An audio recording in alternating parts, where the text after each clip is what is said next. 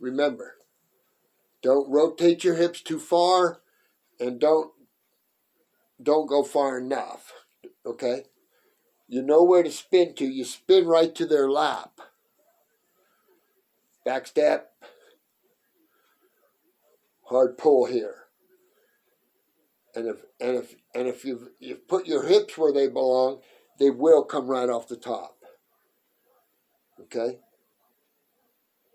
So that's what I wanted to go over, was how far to rotate those hips. Okay? Okay, like now on hip toss, I think our hips go a little bit further. See? So, remember, it works better when we're not all sweaty. So maybe we think about it early on. Okay? Now, the other thing here is, again, I left some stuff out because of the fact I haven't thought about Greco for a while. Okay? So, we'll go to the salto now. The part that I left out. When I hit that salto, I undercut him, right?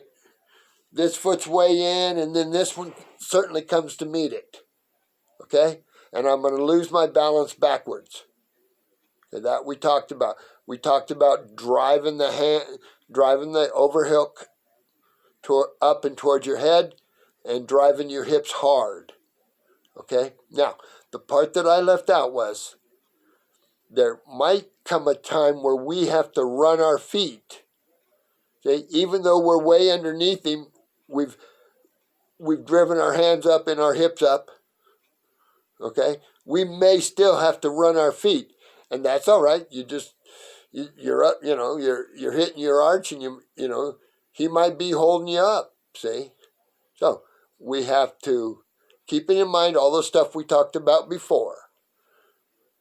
The strategy of, we talked about it before. Okay, so you don't worry about losing your balance backwards. Okay, remember, we're on the overhook. We're on the overhook. I have one leg in already. Okay, when it's time to go, the other foot comes up to it, and I lose my balance backwards. I drive the overhook up. At the same time, I drive my hips up and forward like we talked about.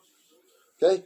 The part that I left out with, you may have to run your feet.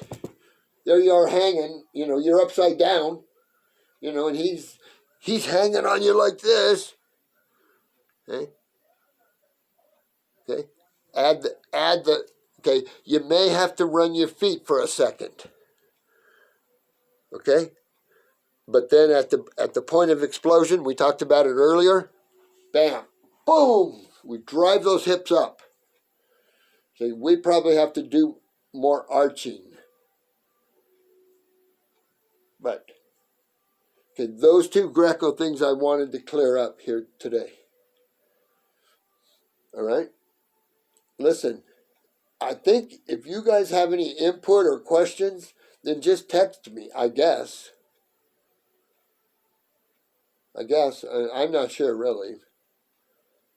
But anyway, I want to go over one more thing. No, 3 more things. De-emphasize winning and losing. I know it's hard, but we need to do it. I hate to keep harping on it, but I have to. All right, one more thing I want to show you guys and gals. Listen, when we're here, we're going to switch to the bottom work here, guys. Stay with me here, okay? I know I'm bouncing all over. Okay. Okay, when we're wrestling, boom, boom, okay? When we're wrestling right here, we can have an elbow down like this. What's different? Don't put your forearm on the mat. Don't do it. I wrestled right here. You don't need to put, what does this do? Probably gives him a hook or a handle or something. Okay? So, just use your elbow and there you are wrestling.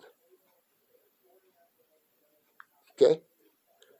So, what I wanted to tell you about was do not let your forearm slap on the mat. Somebody's going to grab your wrist and nobody's going to do anything, and nobody's going to do anything to make them wrestle. Okay? So, just a little thing. It's been on my mind for a minute. So, boom. The hand does not need to drop. Okay? Here I am wrestling right. Okay? I don't have to go down like this. Keep it up here.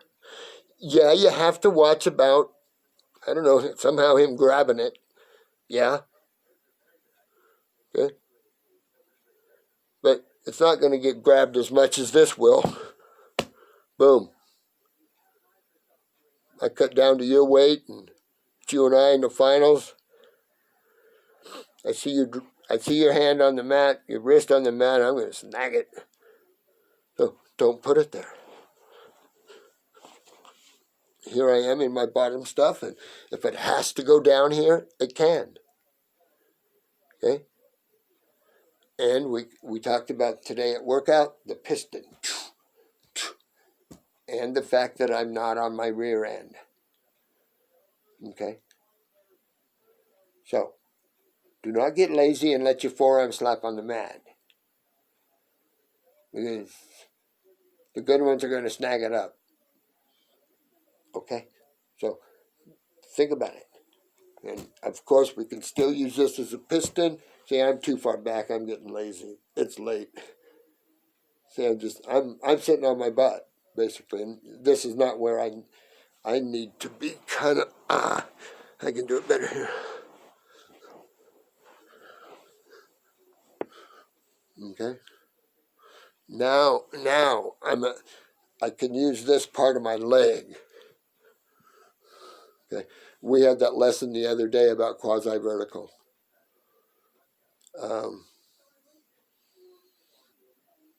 Yeah. As far as I know, that term was coined, like I said before, by Dale Thomas. Well, it was before. It was before 75. Anyway. And as far as this start, now that we're talking about, as far as this start, understand that we can start just like this. I was telling the kids today, I asked them, who's on top of me? They didn't know.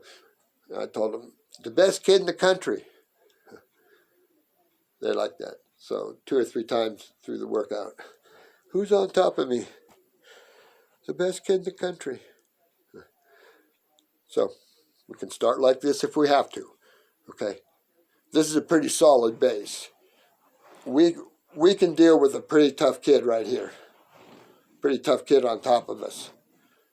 Okay, we have to understand that this is obviously a dynamic position. Okay, what does that mean in the world of wrestling? To me, it means that you're going to be, what is it called?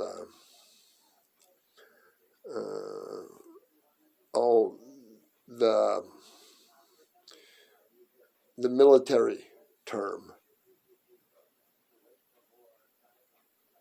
Well, anyway. Again, we heavy stretch every day. See, I haven't stretched like this opposite side here for a while. But the kids are getting a pretty good idea about stretching. Okay? So I just wanted to clear couple of those things up.